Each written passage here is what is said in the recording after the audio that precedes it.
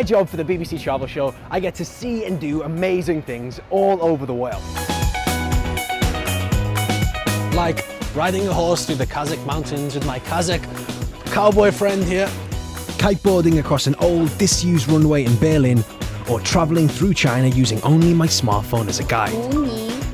I'm a young, curious man in my 20s, and I count myself lucky because travel is now so much more accessible than it ever has been. Not just for people like me on television, but for everyone. With low-cost airlines, endless amounts of trip information online, and apps that help you get everywhere. Seemingly with a smartphone and some cash in your pocket, nowhere is off limits. For the first time in my life, I understand Chinese. And this makes me happy, very happy. But should I be feeling guilty too? Climate change is something I was taught about at school. We learned that our generation needed to think about doing things differently and take an active role in protecting the environment. We were told that the future of the planet was down to us. But despite what we learnt in the classroom, my generation is travelling more, not less. Many of us recycle, but few of us think twice before booking a flight. Out here in the real world, there are just so many different opinions and viewpoints. Some say we need to stop travelling altogether.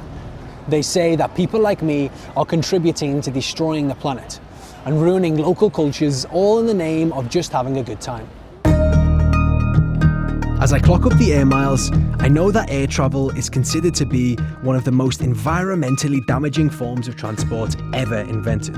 And although lighter planes and more efficient engines are already with us, the problem hasn't really gone away. But it's not just about selfie opportunities in some amazing places.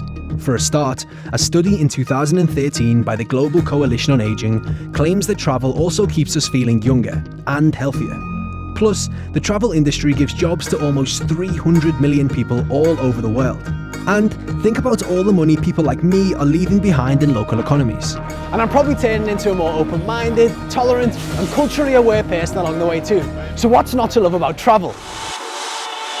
English? Do you speak English? Or maybe my get out of jail card is something to do with moderation, making subtle but effective changes that collectively might help save us from a global catastrophe that could be heading our way. But are all those messages about reusing hotel towels and carbon offsetting just a subtle marketing ploy aimed at people like me who know they should probably be doing more but have no intention of burning their passport and staying at home?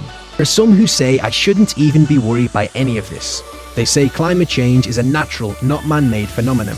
And if things get really bad, we can move to another planet, or a pandemic will slash the number of humans, and we'll head back to some kind of natural equilibrium. Problem solved. But is that really the best idea? Carry on destroying the Earth until science or nature sort things out. These are just a few of the arguments that will potentially compromise me doing what I love most, travelling the world. But what do you think I should do? Nice to meet you. I'm Benjamin.